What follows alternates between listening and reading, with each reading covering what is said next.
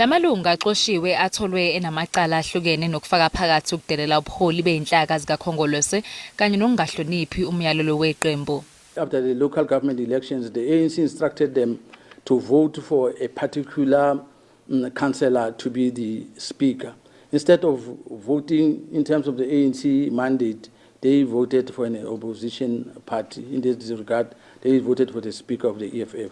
eANC ithi lamalungu kumele asuswe kuzo zonke izikhundla akuzo. We'll obviously go to the list in the IEC and look at the councillors that are on the list for the PRs. But if the councillors that are affected are ward councillors, it will obviously calls for by-elections in certain wards.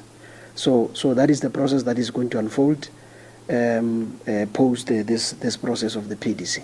Kusenjalo lamalungu nawo ahlela ukubamba esawo isithangami sabeindaba ukucacisa olwawo uhlangothi.